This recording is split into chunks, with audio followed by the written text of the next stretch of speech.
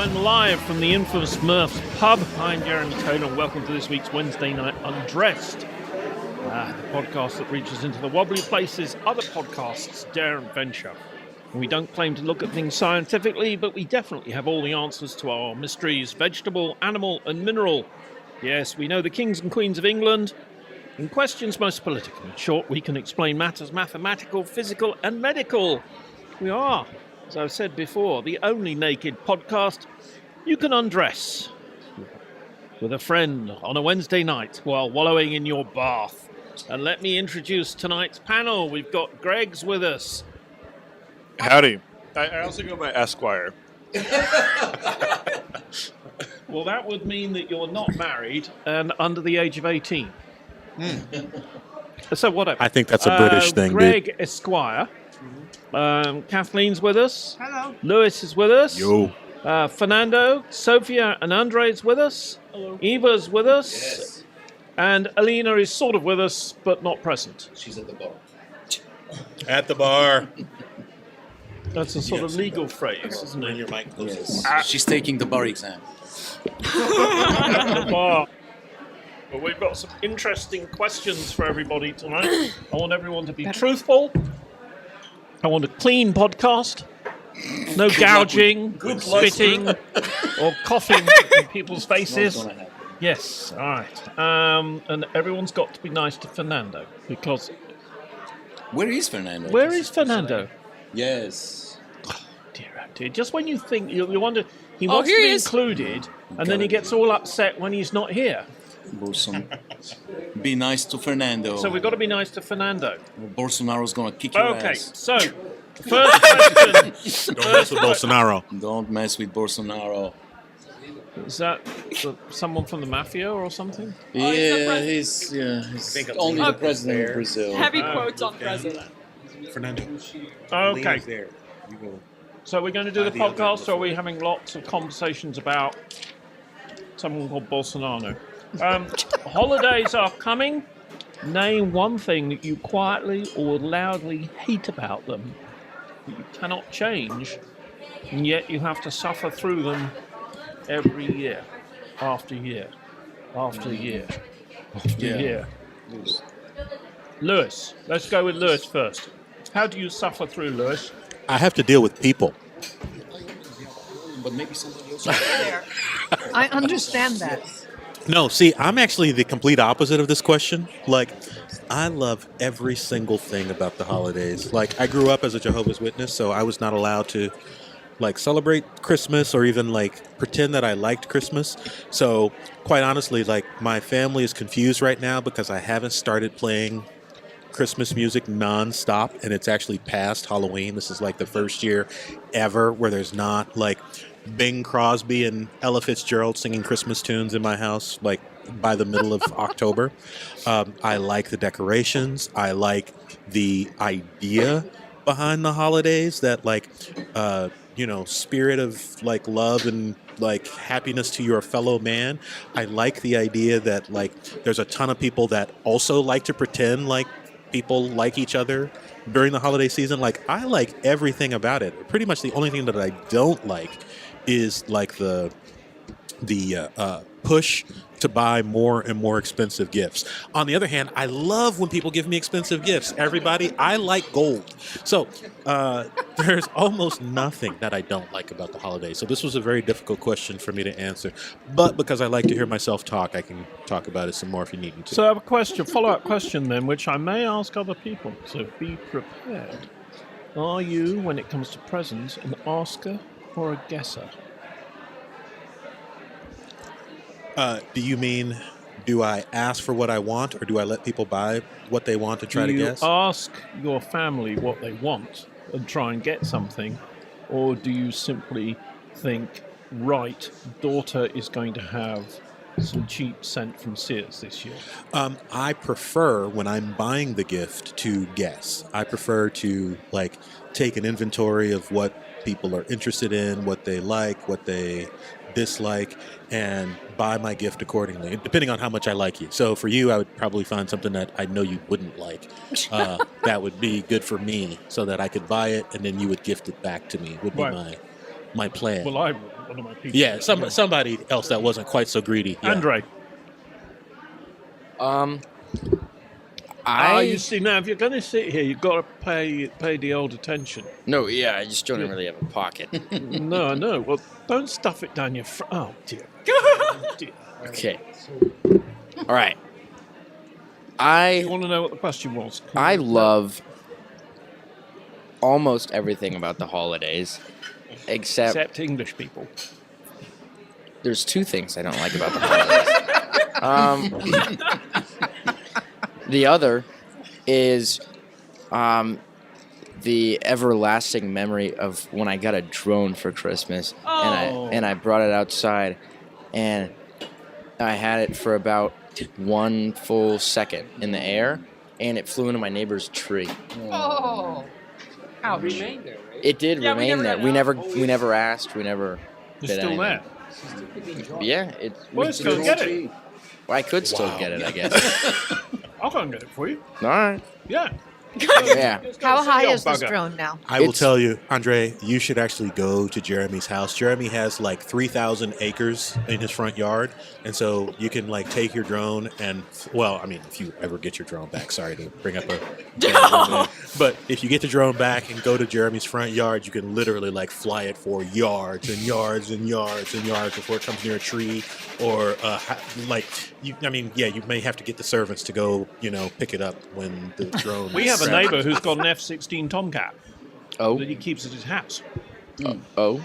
Yeah, and when he cranks it up, he has to be careful with it because it's so fast that if he actually lets it take off, It's a remote control yeah, toy, but pretty big. it's about 8 feet, 10 feet long. And the thing is that if he gets it in the air, he's got to put it on the ground again because this thing is so fast he loses control of it. Yeah. It's hard to control even the drones. I mean, they're getting easier, right? And there is smarter too. Like if you go out to French, you come back or get. Yeah, you can program. Those. Well, there is another subject we've talked about sometimes, and that is it legal to shoot a drone if the drone... So I've got parents with daughters here. If the drone is hovering over your swimming pool, and it's the neighbor's drone, and he is watching your daughter in a bikini. It's interesting that of all the issues, that's the one. That's the one that troubles you the most. You're very concerned with this one. What are the legal ramifications? Evo, the holiday's coming. You sort of inherited Christmas 20 years ago or 30 years Yes, ago. we didn't have Christmas. We celebrated New Year. We obviously don't have Thanksgiving, so it was New Year, and we because Christmas is a religious holiday in the communist countries, religions were not tolerated very much. So Christmas was not an official holiday. It was New Year's, and we had this character called Grandpa Frost instead of Santa Claus. This is pathetic, pathetic communist version of Santa Claus.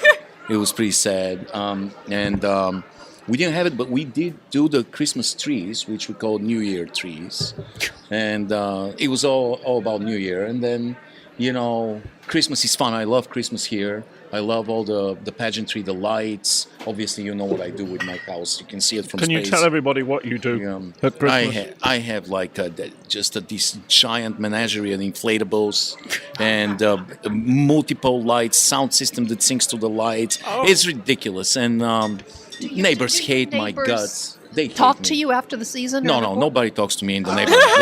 The neighborhood I'm just hates trying me. to figure out Yeah. if Menagerie of Inflatables would be a good name for a rock band. Oh yes, a menagerie of inflatables, perfect. But I do not like Thanksgiving very much and the reason is the eating, the ridiculous consumption of food that makes everybody sick, violently sick, and it takes like weeks to recover from Thanksgiving. So I am Like right not about to Christmas. a fan. But actually, was Thanksgiving that thing that comes after before Black Friday? Yeah. It's the day before. the day before Black Friday. It's because they Yeah. thought you had to get your energy up before you went out Before you shopping. go so to that's Black Friday. Why we call it Yeah. Thanksgiving. That's the other thing that I don't like is the ridiculous Black Friday and this madness about, opening the stores with a few discounted items and everybody turns into a vulture. How fucking un-American. I know. It is very un-American. And when you say that, I remember this guy coming to our door, a solicitor, and trying to sell me AT&T cable. And he was telling me how it comes with 3 DVRs. And he's asking me, do you have a DVR? And I'm like, I don't. He goes, this is like blatantly un-American. Now, I'm very interested to know. Now, I about died laughing, I swear. I was like, kudos, man. Points. You get points for this one. I'm interested to know, because Alena, of course, was born in America, right? Yes. To an American mum and a Bulgarian dad, Yes. who doesn't like Thanksgiving, clearly. And your mum has just walked into the audience. How do you feel about Thanksgiving and Christmas? I'm. What do you hate about it? That's the question, really. One thing you quietly, loudly hate. Yeah. I mean, I like Thanksgiving if you view it like secularly. I mean, Thanksgiving kind of is a weird propaganda holiday. Here we go. And we're sort of like celebrating genocide if you think about it. Like, so it's kind of strange, but if I separate myself from that, it's fine. I don't mind overeating.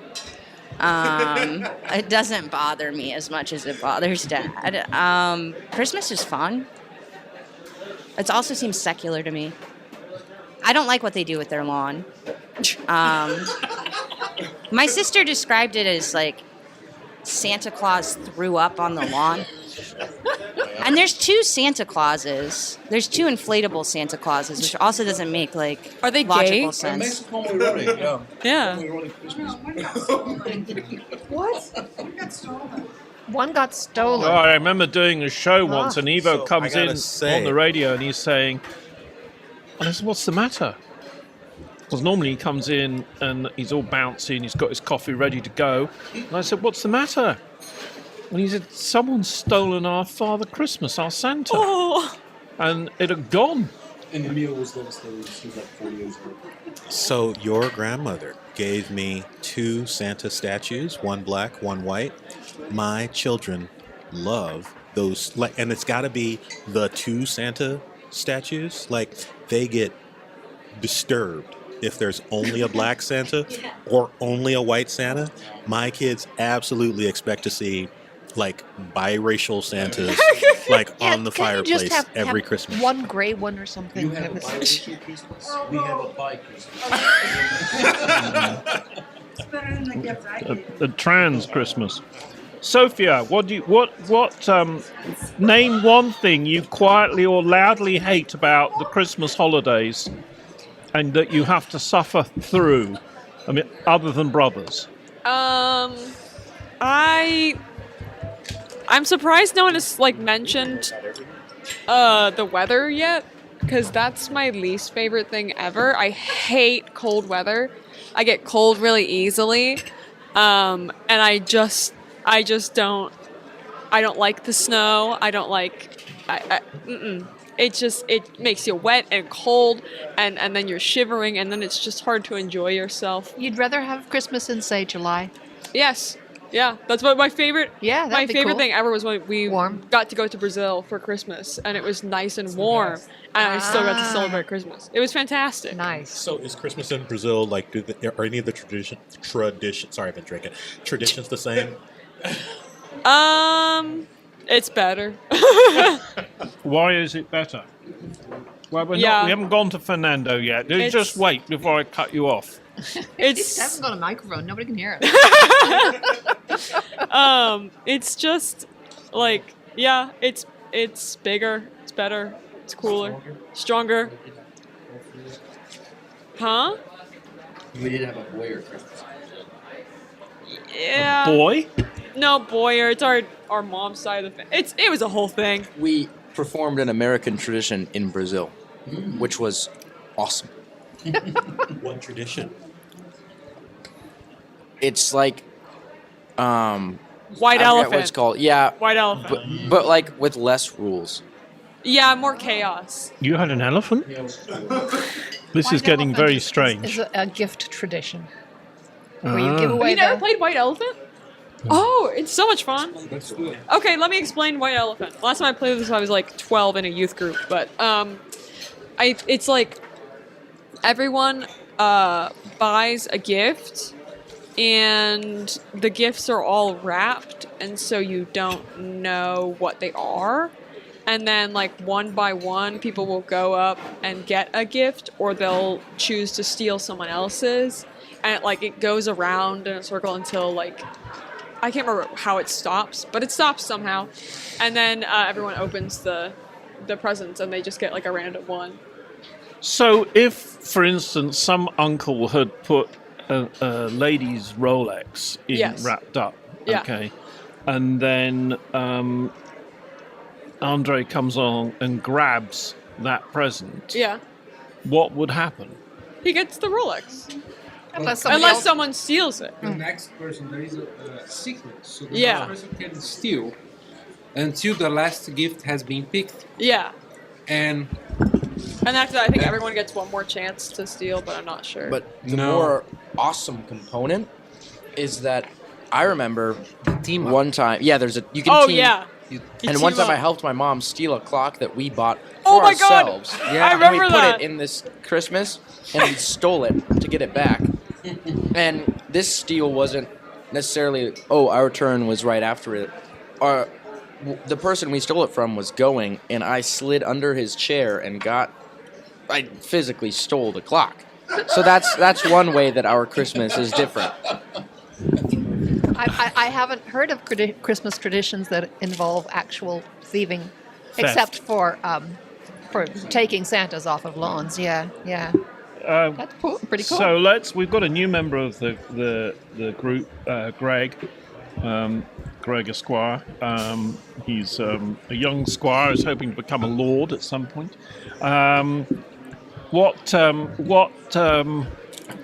What things do you quietly or loudly hate about Christmas? See, no one's mentioned relatives yet. I'm just waiting for someone who actually has the balls. Some of to us mention love our it. family, Jeremy. Okay, everybody strange. around Well, this we're- table who absolutely loves their family, put their hands up. Not all of us have British family. Ah. Oh. Okay, so Greg. I won't broach the family side of it, but Oh, you can. I would. I will admit that the Christmas music is a little bit ridiculous. What? I know.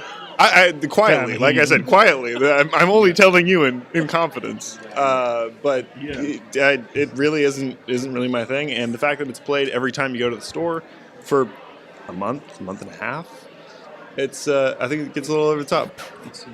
You don't have like a Mariah Carey bingo card? But you should hear Jeremy's ridiculous Christmas jokes. That's the worst part of the year.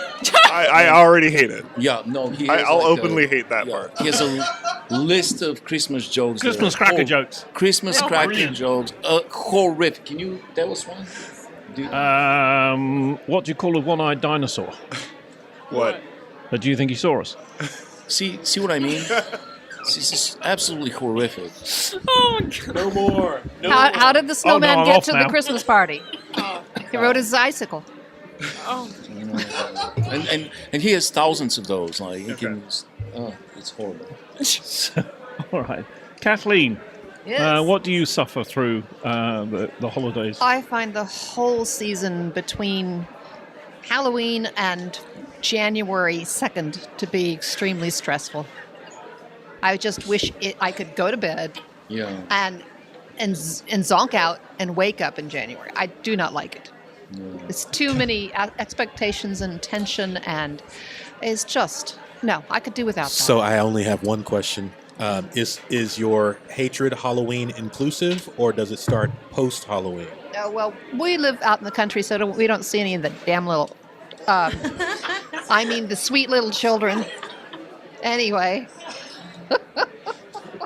You know, there's a show, isn't there, with Bette Midler and a couple of others, witches. Three witches in My heroes. it. Yeah. This is real.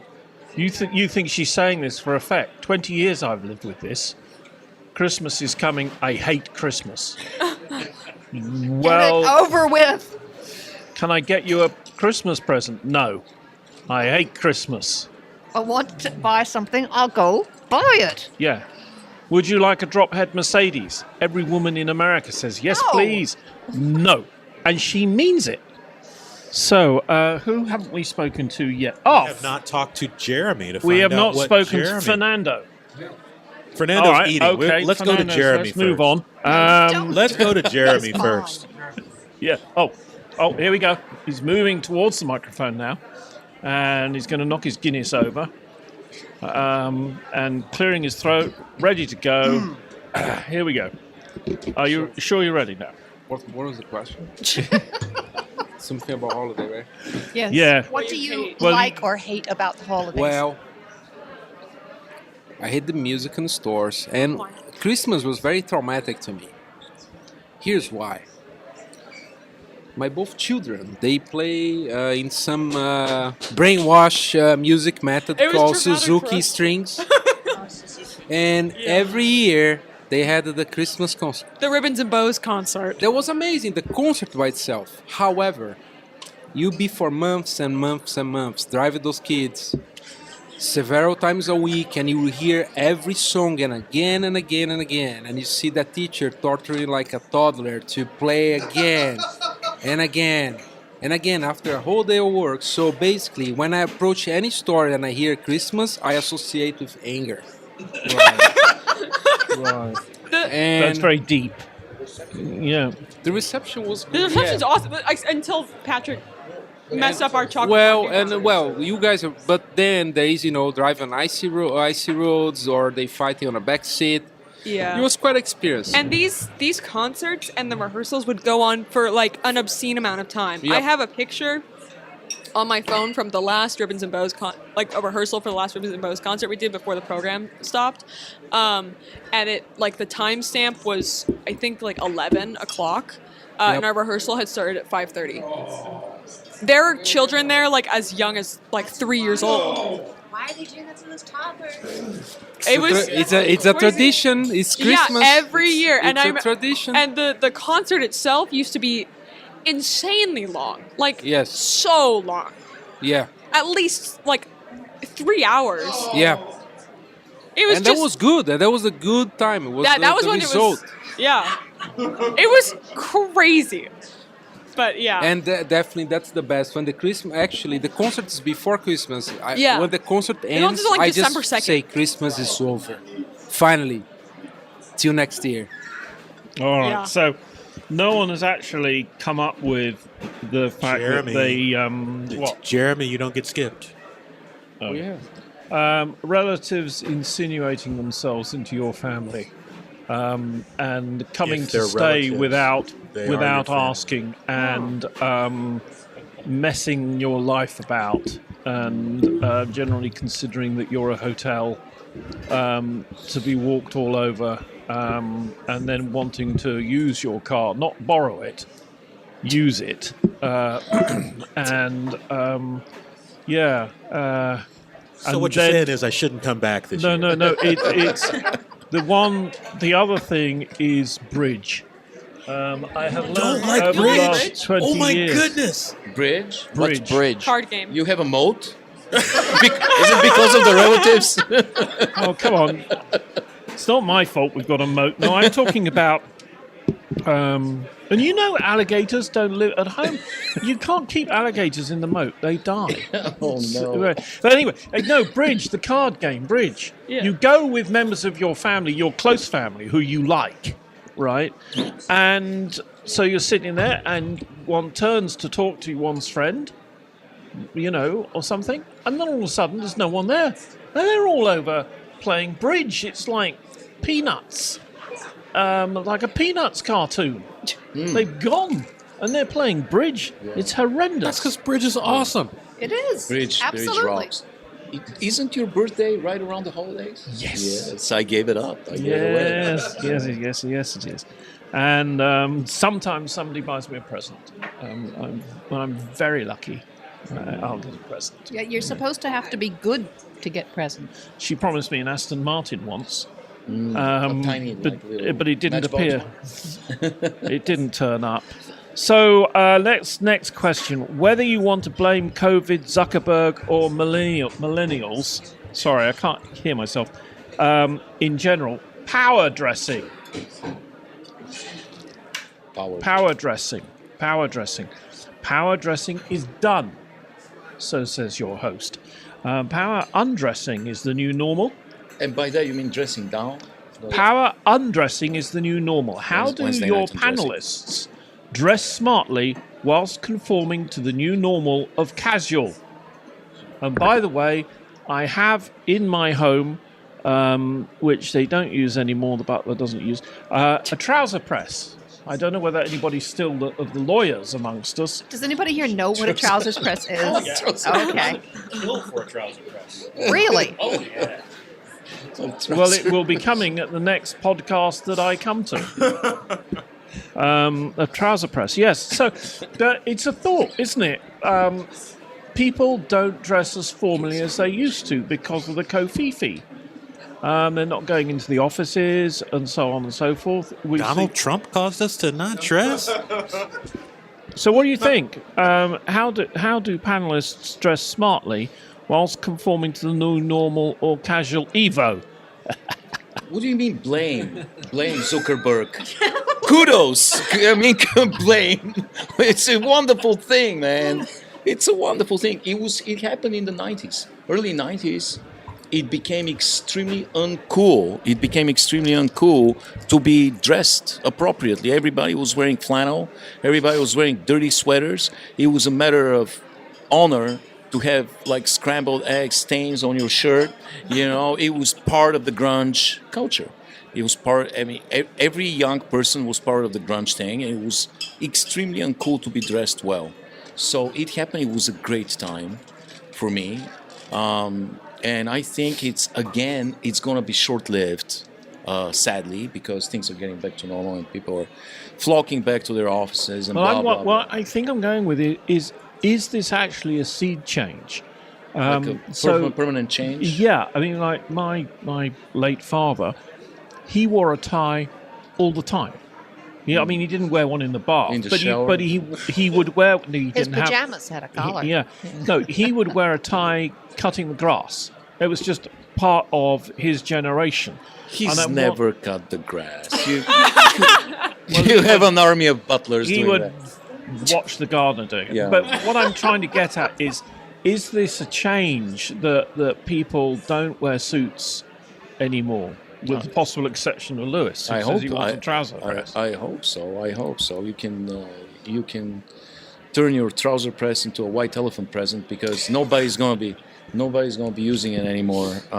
No, I don't know. I don't know if it's going to be permanent, but it was glorious while it lasted, and going to meetings without wearing any pants was great, you know, and just the rolling out of your bed and just putting on a t-shirt and, you know. Greg, you're a lawyer. Don't dare stand up do you in wear front a of the camera. suit? Yeah, it depends. Am I in court? Then absolutely. I mean, anytime you're presenting yourself to the court, whether it's via Zoom or not, you need to be appropriately dressed. Right. So I think Lewis and I were both kind of talking about these questions before, and Lewis bought, I think he said 5 suits.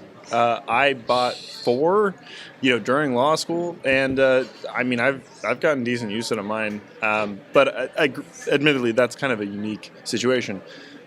Normally, where you need business casual, my wardrobe is remarkably lacking, and I'm at a loss to answer what you do about that. Right. Kathleen. Well, in my work, we used to have to look pretty decent Monday through Thursday, but Friday was casual, right? Now, Monday through Thursday, I settle for jeans with color, and on Fridays I can wear blue ones. Yeah. That's pretty much the only difference. Sophia. I don't know. I mean, Teenager. I don't have a job. I'm waiting for Sophia. I know what she's not quite ready for this yet. So I have seen my fair share of inappropriately dressed people like performing. Like when you have Concert Black as a uniform and someone shows up in Adidas sweatpants when he's supposed to be wearing... Louis. No, this is Andrei. when you're supposed to be wearing your cummerbund and your trousers and your little bow tie, and you wear the shirt and the bow tie, but you show up in gray Adidas sweatpants with blue on them, and then proceed to perform as such. It's a bit weird. I found that this is a common occurrence throughout every single performance I've done. There's always someone who's wearing like jeans and like a t-shirt, and they're like, it's black, so it's fine, but it's like navy blue. My question is though, as we're moving into unwokeness and things like that, what do we do where females are expected to wear a dress, a long dress or something like that, in an orchestra? You're a violinist, and the person says, hang on a minute, I don't do dresses. In my experience with orchestras, that hasn't... Like, if you don't want to wear a dress, you don't have to. Concert Black uniform means black trousers and a black t-shirt, or a black blouse with a long black skirt. Right. That's it. They don't... Like, even when I've performed with, like, the university's symphony, and, like, when I've, like, seen performances from more professional orchestras, they don't care what gender you are. They just care that you're wearing one of the uniform options. Yeah, the color code is... And the length code, because they need it to... The whole point is that no one's supposed to really stand out, because you're an ensemble. That's interesting. Alena? Looking for something deep here. I don't know. You answered the same. I'm looking for something deep with the word well. All my jobs have been like taking care of kids, and they don't care what I wear. Right. So they're not like, oh, why aren't you dressed up, or why are you dressed down? They just like puke on you. So no matter what you wear to work. So I don't know. I don't know. And like school, I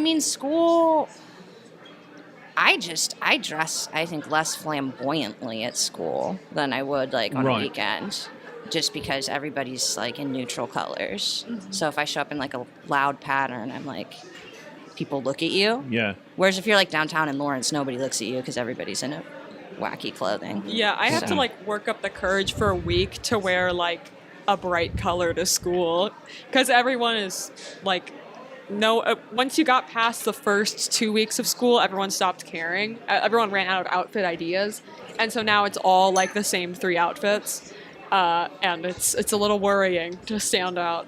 So you see, people mocked our generation, but it's a lot easier when you just have to wear jeans, and that's it really.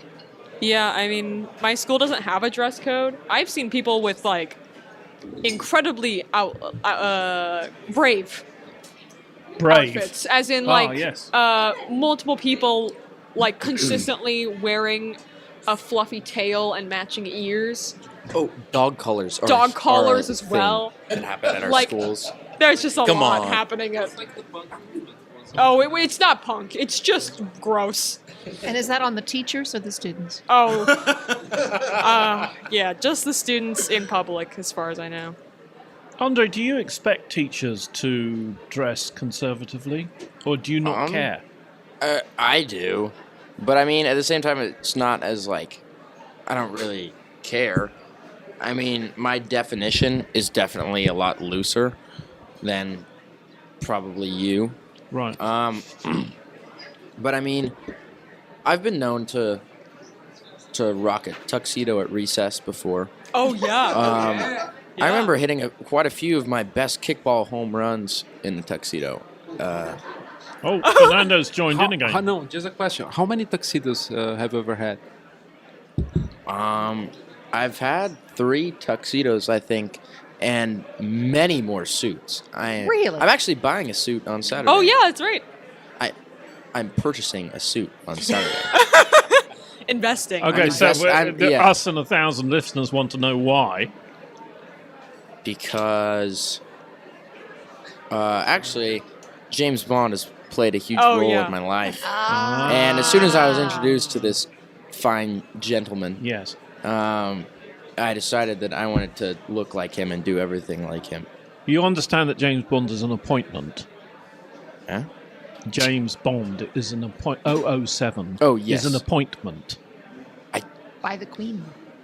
by the Queen. Did you not know that? He's saying James Bond is not a person; it's a designation. Yes. Oh. 007 is a designation.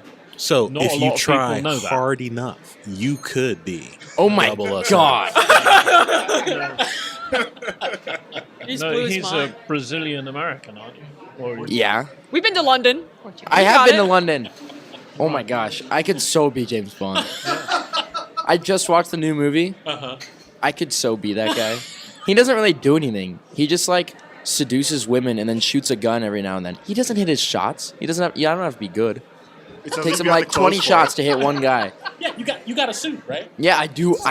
Oh my gosh. I own a few suits. And Esquire could hook me up with if any legal trouble, you know? Yeah. Lewis. So, I think I got a fundamental problem with this question. Like, power dressing is only power dressing for people that power dress. Like, blue collar workers don't dress up in suits. Like, they just simply never have unless it's like Sunday going to church, in which case they're still putting on their Sunday going to church clothes when it's time to go to church. So I think that there may be a small contingent of folks that don't have to wear suits anymore, but I think that the folks that have to wear suits still wear suits. And I don't think that anybody else really factors into this question at all. I'm trying to remember the origin of the necktie. It was kind of like a bad. It had to do with Swiss Army or something. Yeah, it had to do something with something oppressive. Oh, I don't know. Yeah. Like what the origin of the necktie. yeah. It had to do with something that I'm not sure, but it was related to religion and military.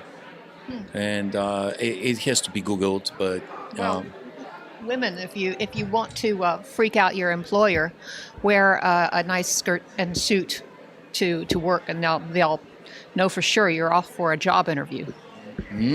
Scares the shit out of them. Yeah. So, Fernando, what think you about power undressing?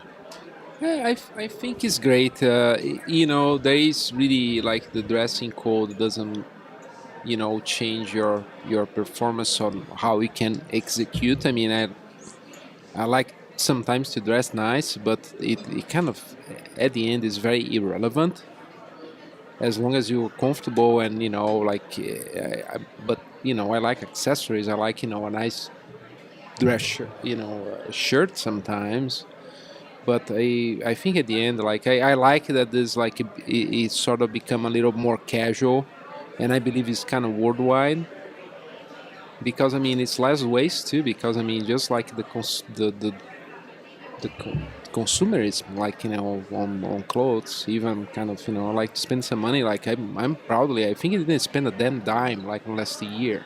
I use the same sweater every day, or have two that Same look alike. striped shirt. And I go monotone now. Like I just be Danny and black. monochromatic. And my shoes are like 5, 6, 7 years old.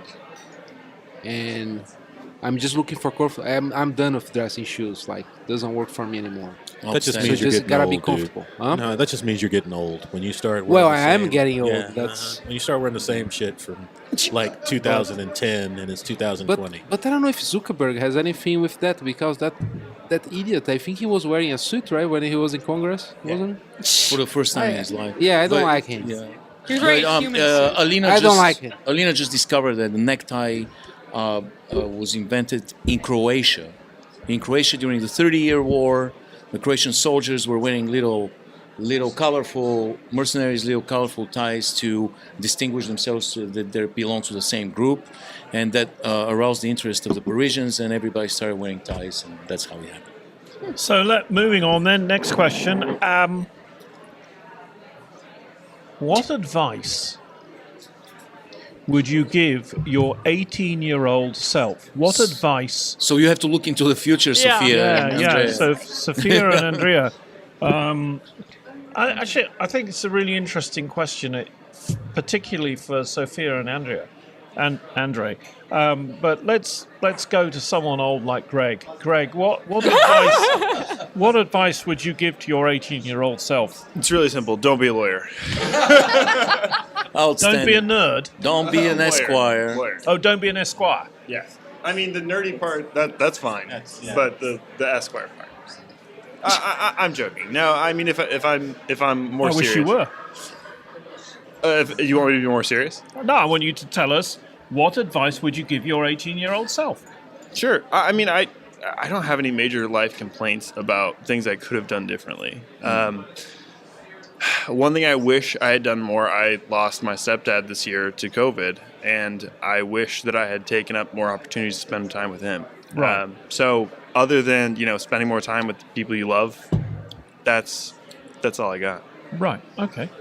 Alena, looking back, what advice would you give your 18-year-old self? I'd probably just be like, slow your roll.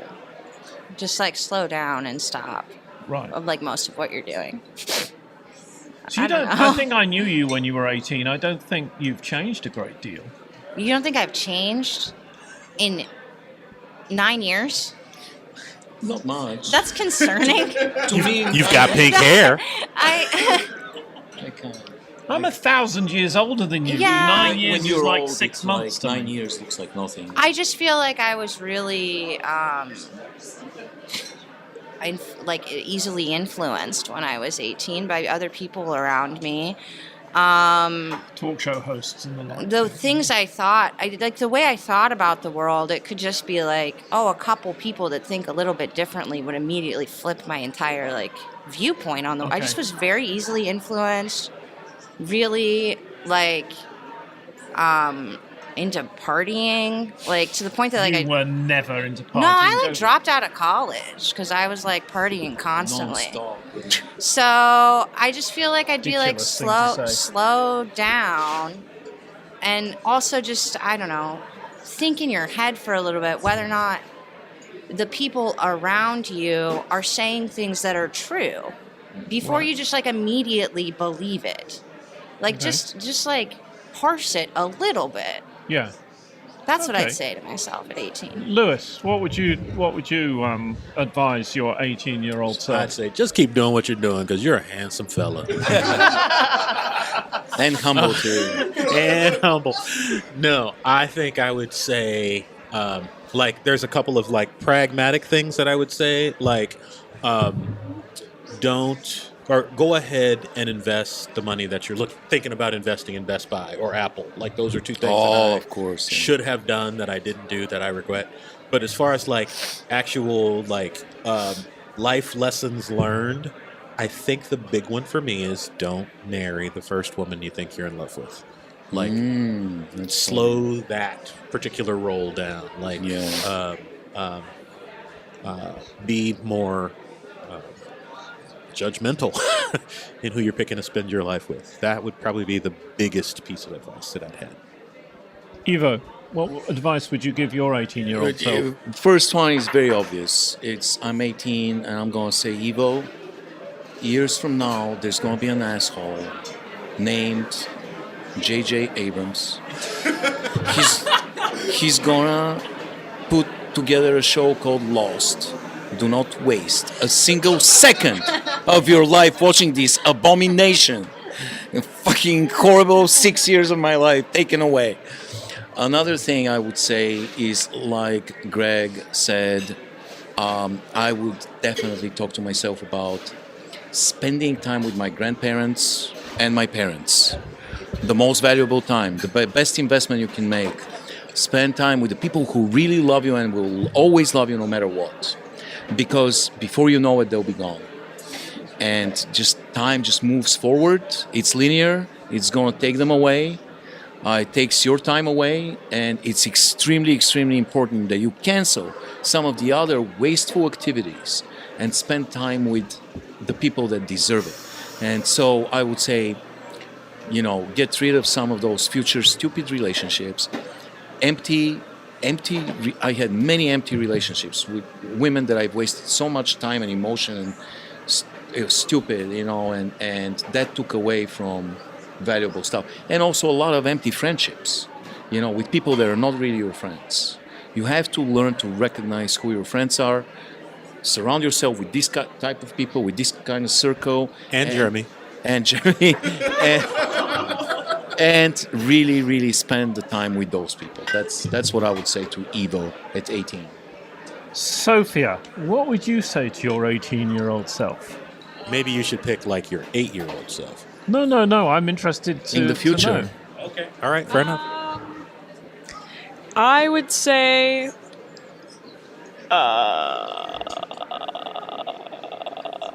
Let me ask another question Okay. then. Where do you want to be when you're 18? hopefully accepted into a college of my choice. Yeah. And like knowing what I want to do. Do you know where you want to go?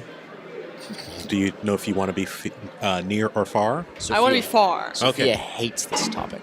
I Yeah. do. It's literally my least. Well, Yeah, planning. college. That's what I'm here for. College is my least favorite thing to think about in the world. Yeah, but I want to go somewhere on the East Coast, and preferably Rhode Island. You ever think about out of the country? I've thought about it. I don't want to Gotcha. because I think I would shit and piss and cry. Also, Well, that's what we all do. Yeah. but like all at once. So, yeah. We'll But would see. you like to go to, say, London School or something like that? London? No, hell no. Where did James Bond go to school? Where did That is the right Sorry. answer. We all appreciate that. You can come back to this Or a podcast anytime you conservatoire in want. Paris or Italy or somewhere like No, that? I don't want to go Okay. to another country at 18. Like, no, that's maybe if I decide to get a doctorate somewhere, or like if I get some sort of career that like allows me to travel, then I'll do it. But not when I'm 18, because I know I'm not gonna be prepared enough for that.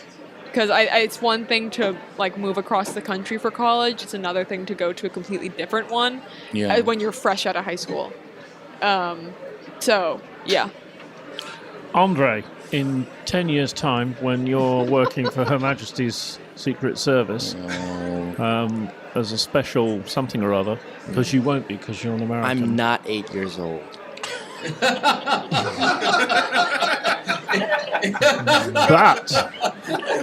But you But you don't- will be soon. But the Her Majesty's intelligence services pick out of the lead universities in England, which leaves you at something of a disadvantage, my friend. That's true. I think you want to put yourself more on someone like Felix Leiter. Don't ask him who that is. We're gonna spend an hour on it. No, I heard the name somewhat not long ago.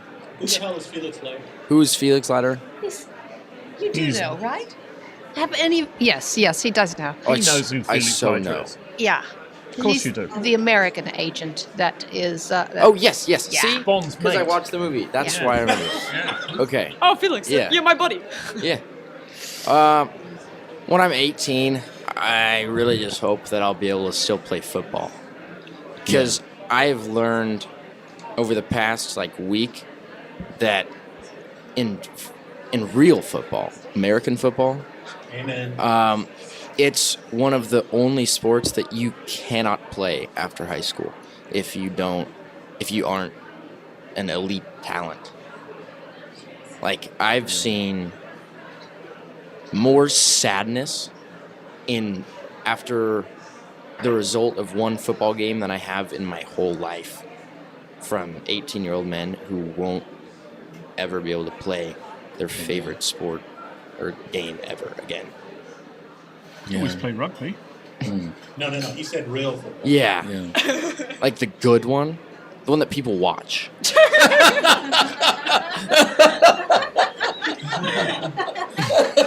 No, Jeremy, don't hit him. He's just brutal. Now, you need to understand something, and it's probably good that I tell you this now. Oh my God. Right? More people watch soccer than watch American. Yeah, you said football. rugby, dude. Yeah. Well, Who the hell watches rugby? Quite a lot of people. well, most of Europe, Great Britain, most of Australia, South America, and the Australians and the New Zealanders. They don't count. Okay, you got like And- 1,000-year head start. Yeah, man. Thank you for recognizing that. Something you did do is blow a 13-colony lead. And those guys are the ones who created American Fucking real Washington football. cheated, right? he knew the battle was over, and he came over. It was Christmas Day, and he took on the Germans. But here's one for you, Sonny Jim. Right? What is the largest participator sport in the world? Don't tell me it's cricket. Because India plays cricket. Hey, go on. It's Go on gotta then. be soccer. No. Rugby. No. Nothing to do with teams. No. American football. No fishing. Right, let's go to... That's So what's not a the point of sport. that question? No, I was just, putting you back in your place. Yeah, I'll come man. to you in a minute, Fernando. Just stay out of it. I haven't cut you off enough yet. Who else have we not got? Kathleen, yes. What advice would you give your 18-year-old self? Oh, well, along the lines of what one or two other people have said. Think about what you want instead of trying to please others too much. That would have made a big difference in my life. Fernando. Too late. Well, I think Evo's answer was the perfect one. What was Evo's answer? Well, I got so the perfect. fragments about memorable. don't waste your time, find real friends, enjoy your family, enjoy your We do waste a lot of time. yep. The best currency we have. And I mean, it's. I think it's more like on that league, and overall, do what you want, do what you're feeling, and pursue your wish, hobby or whatever, and just go deep. Like it's pretty much it. Sorry, not very interesting. No, that sounds No, good. that's Well, great. like that's that. true. Okay,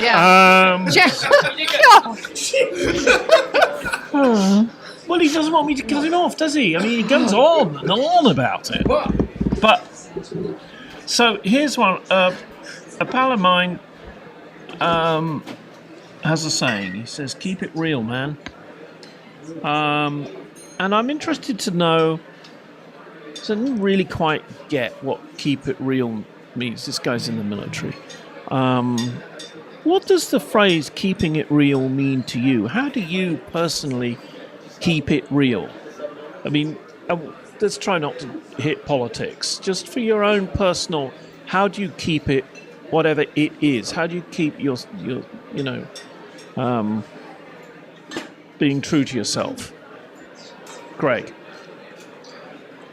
Sure. I mean, I kind of think there may be a little bit of reading into this phrase. It's kind of like take it easy. It's like, yeah, just relax. For me, keeping it real, I guess it's not really a specific thing. I guess. Well, as a lawyer, you must could find you it elaborate on the difficult question? because you've got to be true to yourself. Right, haven't you? exactly. What is this honesty thing?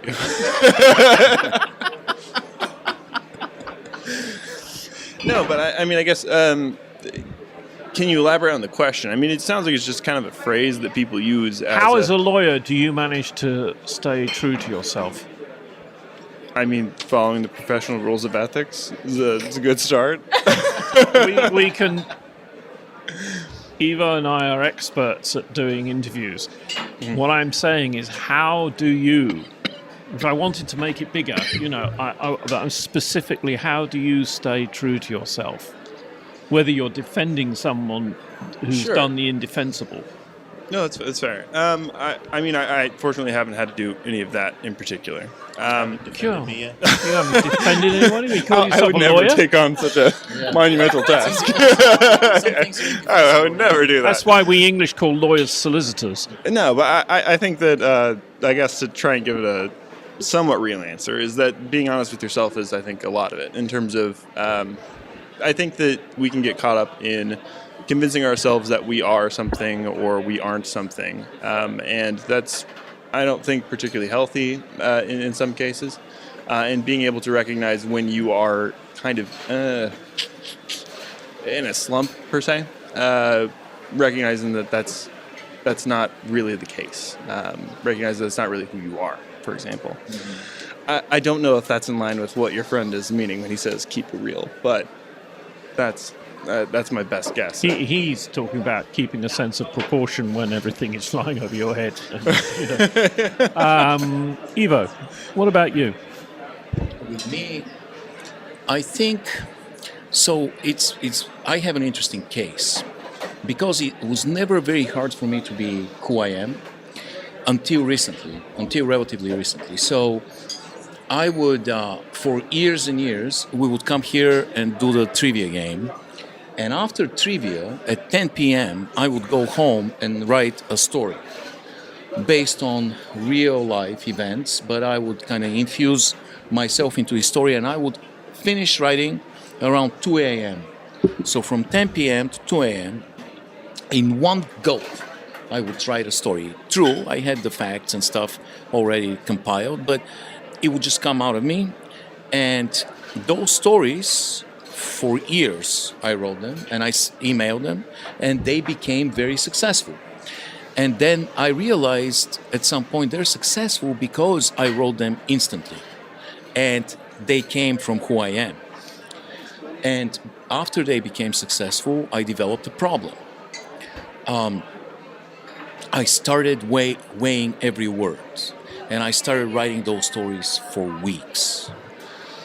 Excruciatingly slow, measuring every word, because now I had these expectations that were awaiting. And people that loved the stories and the books, they wanted something specific, and I was putting all this pressure on myself, and I quit being real. And I think that hurt my writing and my stories, and I'm at a place right now where I struggle. I really struggle. I write a story for months and months. So that's what being real means to me. If you can actually remove all the expectations, all of your success, all of the things that you've accomplished, and go back to that place where you were writing instantly and spontaneously and from the heart, that's what it means for me to be real. Alena. My definition of keeping it real is different than being true to yourself. Like my understanding of colloquially. Yeah. So like keeping it real to me, I always thought just meant brutal honesty. So like what Andrei did when we were talking about rugby.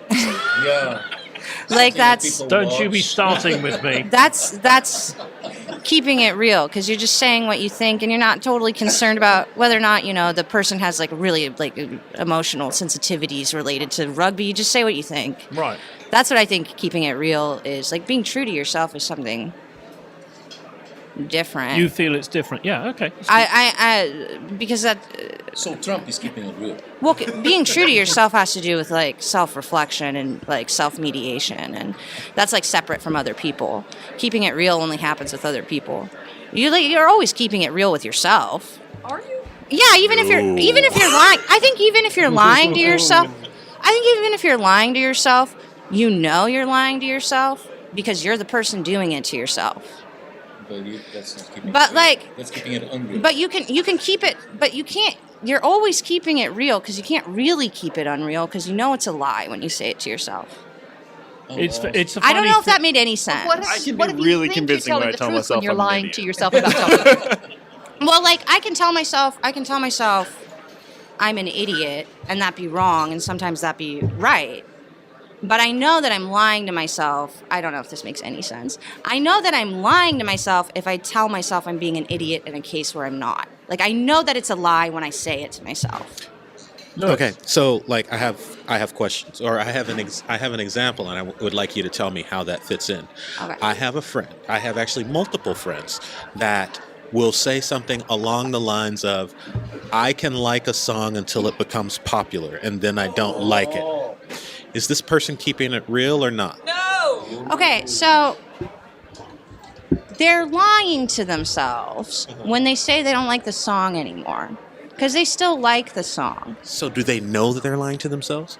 Yeah, they know it, and so they're keeping it. They're inherently keeping it real, and on a facile level, they're like keeping it unreal. I feel like you just know. You just know when you're lying to yourself. I feel like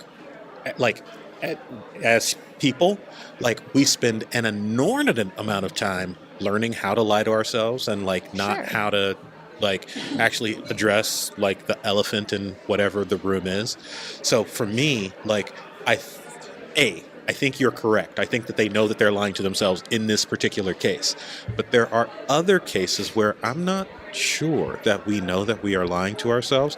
And I think that I agree like to a certain point that like the definition of keeping it real like almost has to involve other people. But I think that for me the definition is keeping it real in the face of peer pressure. So like old joke, when I first met my buddy Jason, whom you all know, it was in a Western Civ class, and like you had to stand up and tell something embarrassing or like scandalous about yourself. It's a weird. Yeah, it was a weird Yeah. class. And so my confession was that I actually liked Bon Jovi as a group, because at the time Bon Jovi had sort of like passed their apex of like the best band, and they were sort of on the downward stroke, and like people were like, "Oh, Bon Jovi, that's a sucky group," and I'm like, "Nah, I like them anyway." And just sort of being able to say that in the face of like what is going to be like the obvious ridicule that I get for saying it, or going the other way and saying, you know, for Obama's first 4 years of his presidency, no, I don't think he's doing all that great a job. Like in a room full of liberal progressives, no, I disagree. And being able to essentially say that and like no, and so it's a little bit different than the brutal honesty. It's like understanding that for me, this is just my definition of keeping it real. Understanding that like your opinion, my opinion in my case, may coincide with the group, and it may diverge from the group, and me being able to differentiate like for myself what that means. Right. Okay. So like then to add to the definition, then it's brutal honesty plus when you're in a position where you have a belief or viewpoint or an opinion that you know is differing from the majority, you're steadfast in your conviction to keep it real and just say what you think, as opposed to melding to whatever the majority. Yeah, so then you could have like both aspects of that are keeping it real. And then to keep it real with yourself is just like, you just got to parse what's real and what's not real about who you are on your own. And you're always kind of inherently, like intuitively who you are. Wake up, Evo. Kathleen. Yeah. Sorry, Okay. I am sorry, but I think when somebody says to you these days, keep it real, they're just saying some words that have no meaning whatsoever. It's sort of like, see you later. Okay? They don't mean anything by it. It's a catchphrase. I think it means Anyone who says that they're keeping it real. Yeah. I think you only see that on you. I'm not you. I talk to many people who are keeping it real. I think in your circle there just aren't that many. I think the people that are saying it in your circle Not don't that many, understand. Kathleen. Okay. I think that the idea. I didn't say only all. 104. I will let you know that right now. I'm No, keeping it real. I think it's much like 50 years ago, people saying, yeah, keep it groovy. I mean, really? It doesn't really. You don't have keep it that groovy? much- Far out and freaky. No, it's That's- just yeah. it's just Can we just measure how long her meaningless arm race, is? really. How close are you to? Yeah.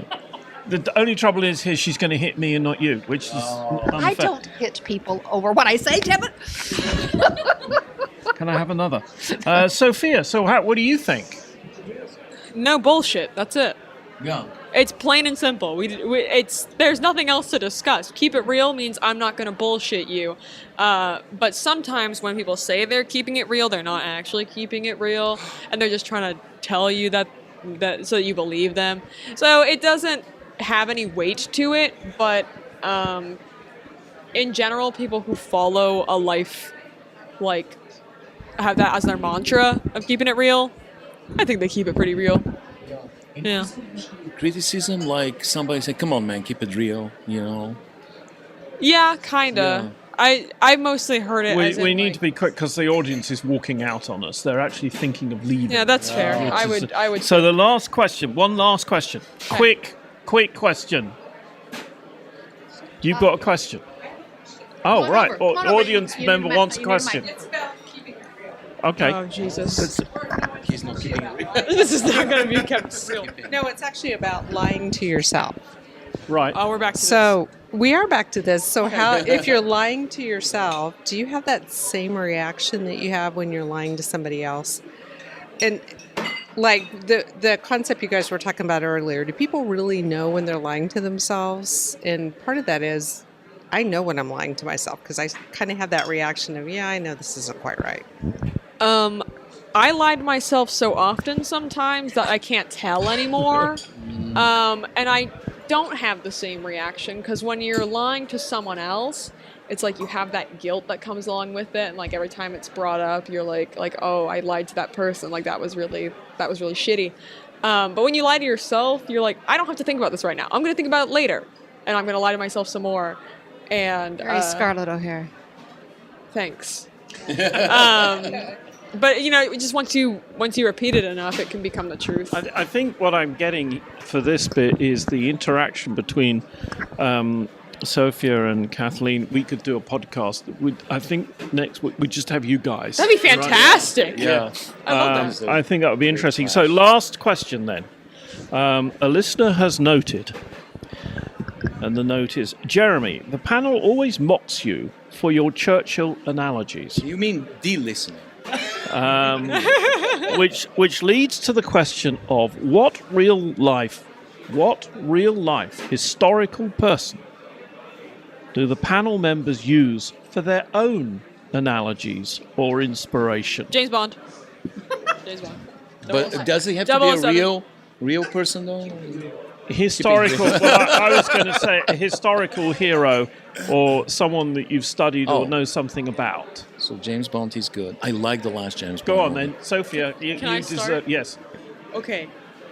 So, many, many, many years ago, there was this samurai named Musashi, okay? This is a real guy. Who's... You know him? He's fucking crazy. Dude, he's so funny. Okay, Yeah. he's my Tashi. favorite. So what he did, was essentially when he was like 13 years old, he signed up to a fight to the death with some random guy. Like this guy was advertising that he wanted to fight someone to the death, and he signed up and was like, "Yeah, I'll do it." And Lenko was like, "Okay, that's my kid." He goes to the guy. He's like, "Sorry, like, he's just a kid. He didn't know what he was doing." And he's like, "Oh, okay." And then Musashi kills the guy.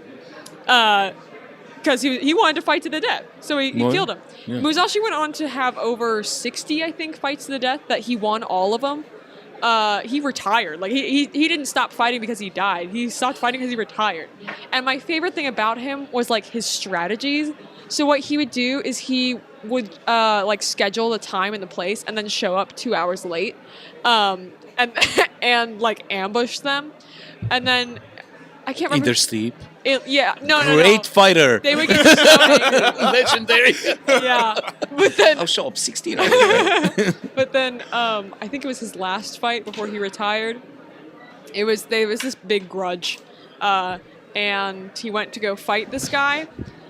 and they had to send, I think, 3 different people. No, maybe it was 2, but different people to go wake him up from his home and get him over to the fight. Like, it had already started and he was just sleeping. And then they had to get on this boat and go over to said fight. And he took the oars from this little boat and he fashioned it into a weapon, and he killed the guy with his oar that he used to come over many hours later. Why is this not a movie? He's so incredible. funny. Everything he did was just like to shit on people. It was just like for fun. He kept it real. And he wrote books about his strategy. It was he's my favorite. Okay. So I'm looking for. That's about the scariest role model I have He's ever. so funny. He was hilarious. Jeez. 65. I feel like I have. Hilarious. You know, one day she's going to be doing a TV interview with somebody and say, "I remember when we were talking about this samurai who would kill people with sticks of wood." An oar. He fashioned An oar. it into a weapon. An oar. It's incredible. Kathleen. No, I go to somebody else. I'm not. All right, Evo. Analogies. Who do you? I have a million idols, people that I try to emulate, but let me think. Richard Feynman comes to mind. Richard Feynman is a legendary physicist, incredible mind, a Renaissance Did you man. just say legendary physicist? Yes. Well, he is Nobel Prize winner. He revolutionized a lot of fields in physics, quantum mechanics, and he was an incredible character, the first translator of science into layman's terms. He was the first Carl Sagan, the first Neil deGrasse Tyson. He started it all, and he was instrumental in people starting to understand and appreciate science. And he found a common language to translate it to people. And then he was also just a Renaissance man, an incredible musician, drummer, character, educator, investigator. Just, I love Renaissance man. And another one, just really quick, I think so many writers I adore, but I love Eric Maria Remarque because of his kindness and compassion and humanity, and he was a man that was hurt and broken by war, and he participated in war, but he was able to share his experiences in a way that people understood how horrific war is, and every book he wrote was just full of humanity and kindness and empathy. So I love that guy. Right, need to keep it short because we're running out of time. Greg, do you have someone? Lewis. Yeah. Okay. Short, laconic, one word. Kathleen has decided she's going to say something. No, she was indicating to me. Saying, skip me. Skip you. Well, you already said that. Lewis. 2 people, really quickly. One for the way that they described the mechanics of like interpersonal existence. That was, believe it or not, Karl Marx. Like, I think that he was wrong, and I hate him as a philosopher. I shouldn't say hate, but I could spend an entire career disagreeing with Karl Marx. He was a humanist. Yeah. And the other person would be Dostoevsky, because he understood the other side. He captured the spirit of people and could see the grace in behind some of the things that we do and the horribleness behind some of the things that we do. Alena. So those are my 2. Everybody knows it's Charlie Chaplin. I like Charlie Chaplin. I've got a tattoo of Charlie Chaplin. It's ultimate respect to Charlie Chaplin. He hates it. Don't even look at it. No. I love him so much. He's got. I don't know. I don't have time to say it. Everything. The wonderful thing about Charlie is, where was he born? He was born in abject poverty. In where? In Mexico. Yes. Where? In London, in the late 1800s, in London, in abject, in England, He ran away from there. and he went to the United States as fast as possible.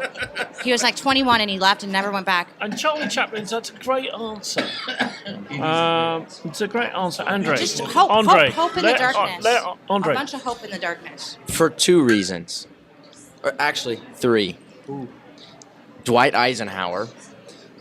Right. Okay. What? Hey, Interesting guy. reason number 1. He was the kicker and punter for Army West Point. Right. Okay? Hey, 2, he was from Kansas and also successful. And the third that you just reminded me of, he is a back-to-back World War champ. And I think that deserves respect. Good answer, Fernando. He's not Winston Churchill. Well, I don't have anyone, but I like the way Churchill said, "Oh yes." All right. Well, you've been listening to another Wednesday night undress with some interesting things. It's always fun, particularly when we have youngsters with us. I love it when Sofia and Andrei come along and put their bid in. I have heard that Susan from marketing has actually managed to do something this week. I don't know why we give her money, but anyway. Ivo, send me something. I could don't know you what to expect. No, quite. You always expect the worst with Susan. And we usually get it. Yeah, we usually get it. So I we'll feel see. like it's we have a sponsor. Those two old guys from the Muppets. Yes. You know, at the end. Well, it's not bad. Well, it was pretty awful.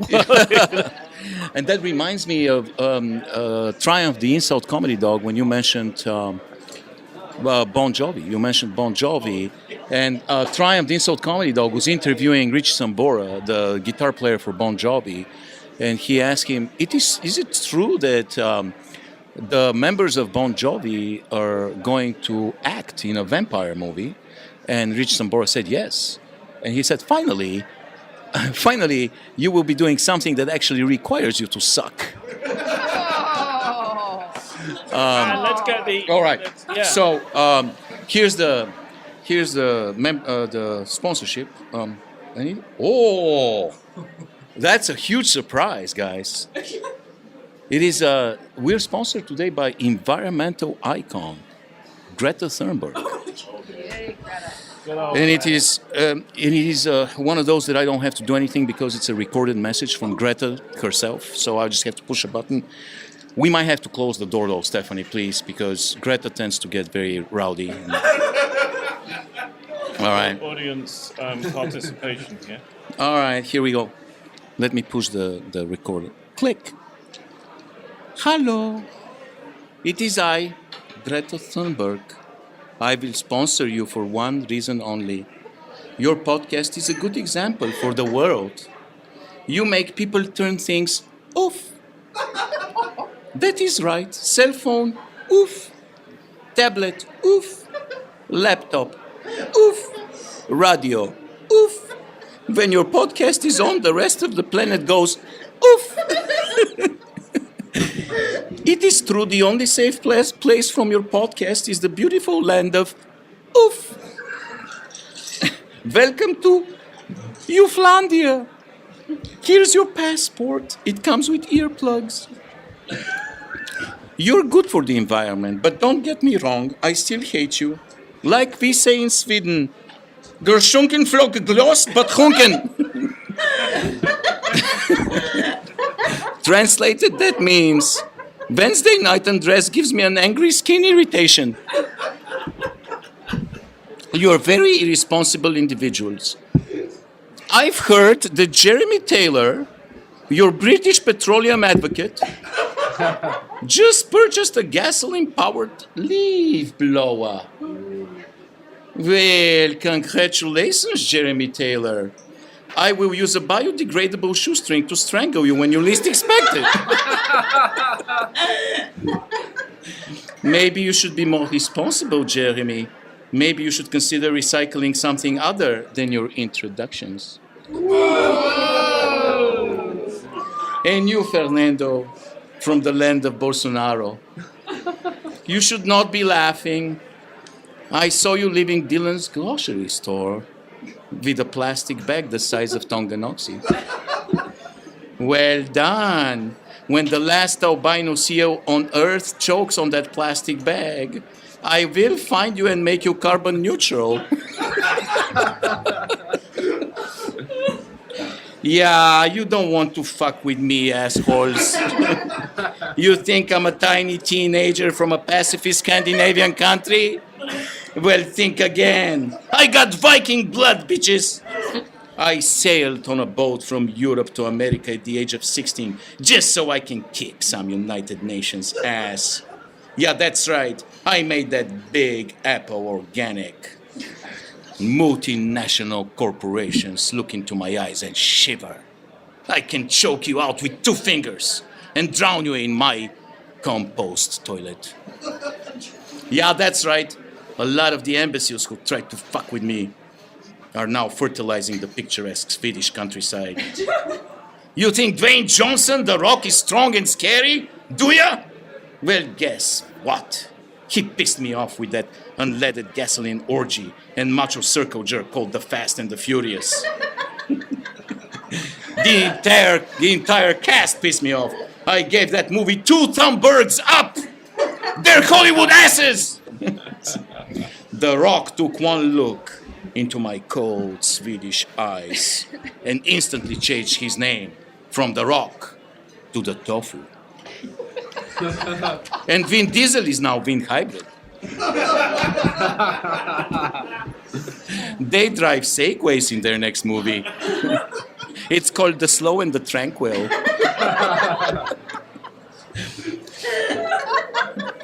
Mitch fucking McConnell tried to make fun of me. Really? Don't you know the earth is boiling, motherfucker?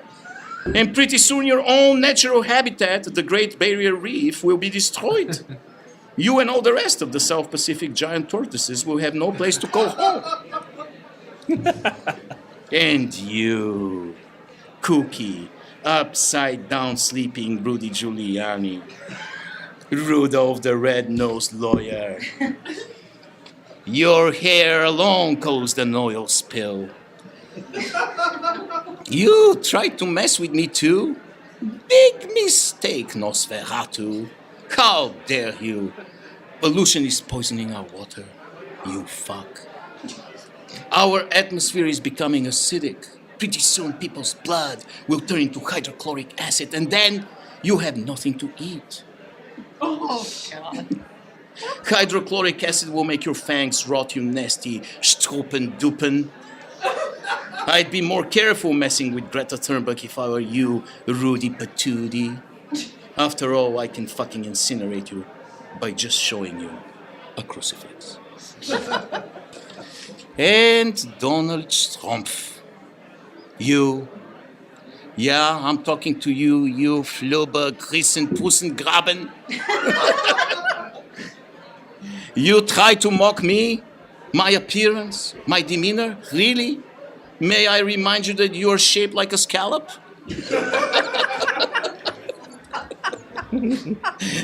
Have you looked in the mirror lately? I hope you haven't. Some things just cannot be unseen. You are an idiot, Donald, aren't you? You think Elon Musk is a fragrance. I don't believe you've taken a single test in your life. You paid someone to take your college test, didn't you? You're afraid of your own wrinkly ball sack because there's a test in testicles. Reading is your kryptonite, isn't it, Donny boy?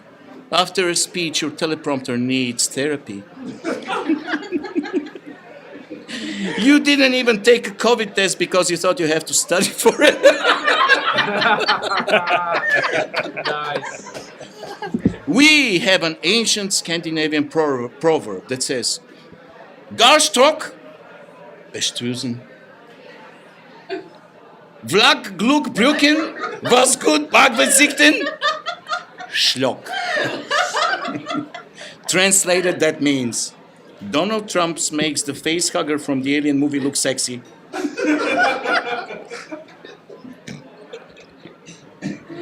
So yeah, you're not the one to be mocking me, Donald Trump. You're pretty gross. Even your tweets smell bad. Yeah, that's right. Your Twitter account produces more methane than Chris Christie at Taco Bell. Anyways, I've decided to enhance my sponsorship of your podcast by doing what Greta Thunberg does best. Hip-hop music. Yeah, you heard that right. The hippity-hoppity medium is my favorite domain.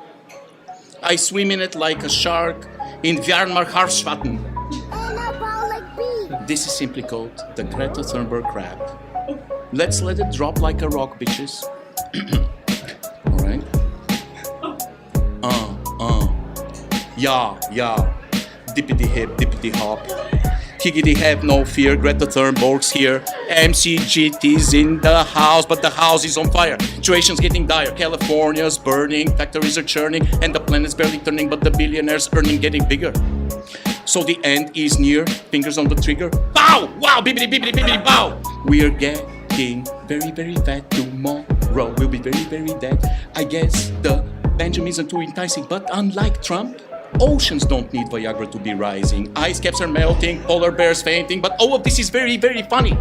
According to that golem, Rudy Giuliani. Put your hands in the air like you don't care. Let loose all your hair and growl like a bear. When I say Greta, you say Thunberg. Greta! Thunberg! Greta! Thunberg! When I say Thunberg, you say Greta. Thunberg! Greta! Thunberg! Greta! If you ever seen a man named Mitch, please remind him that he's a whiny little bitch, and his high school book from way, way back says he's the man most likely to always wear a turtleneck. God almighty, what have we done? The earth is getting hotter than the sun. Once upon a time, the planet was so pretty, but now even Canada is getting kinda shitty. And there ain't no serenity nor carbon neutrality, only calamity, right like insanity, too much vanity, police brutality, suburban depravity, Fox News barbarity, fuck Sean Kennedy! Put your hands in the air like you don't care, let loose all your hair and growl like a bear! When I say Greta, you say Thunberg. Greta! Thunberg! Greta! Thunberg! When I say Thunberg, you say Greta. Thunberg! Greta! Thunberg! Greta! So where the hell do we go from here? Should we disappear, shed a few tears and drown in crappy beer? No, I say we persevere, rebound like Bill and Beer, reject all the fear, find a way to volunteer. Don't know, you can't hide, I can see ya. I'm a mean motherfucker from the land of IKEA. You think you think I'm just a teen? Yeah, Alba is from Sweden, but I ain't no dancing queen. I got more swagger than fucking Al Gore. My rhymes are vicious like the hammer of Thor. Who are you to fuck with me? Donald Trump. You have read one book and it's called Mein Kampf. I'ma make you pay for being a demon and leaving the Paris Agreement. Fat buffoon confess, you turned the earth into a mess. Now assume the position and on Wednesday night address. Let me put my carbon footprint deep into your ass. But the dogs of war keep on barking, and the cows they keep on farting. Oil tankers keep departing, passengers embarking. Monsanto keeps on farming, a billion children starving, politicians disregarding. So let me ask you something. If you had one shot, one opportunity to seize everything you ever want and save the planet in one moment, would you carbon capture it or would you let it sleep? Put your hands in the air like you don't care, let loose all your hair and growl like a bear. When I say Greta, you say Thunberg. Greta! Thunberg! Greta! Thunberg! When I say Thunberg, you say Greta. Thunberg! Greta! Thunberg! Greta! Thank you, Greta Thunberg. All right. Fantastic. Yeah.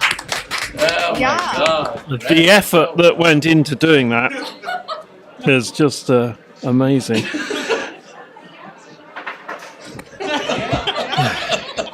Well, we have that, and we will be producing that on a separate CD or MP3 or whatever it is, and Blu-ray. Yeah, that was very cool. And all that remains for me, Jeremy Taylor, is to say thanks for listening. Remember, all of the 2020 and 21 podcasts can be found for download on the Ko-fi channel. I want to thank the team tonight: Greg, Kath, Lewis, Fernando, Sofia, Andrei, Ivo, Alena, and of course we I think have to particularly thank Susan for her Greta. efforts, and Greta. I mean, Greta, stunning, absolutely stunning. Who knew she could rap? So again, thanks everybody. Thanks for the panel. Thanks for people joining in. We'll see you next time.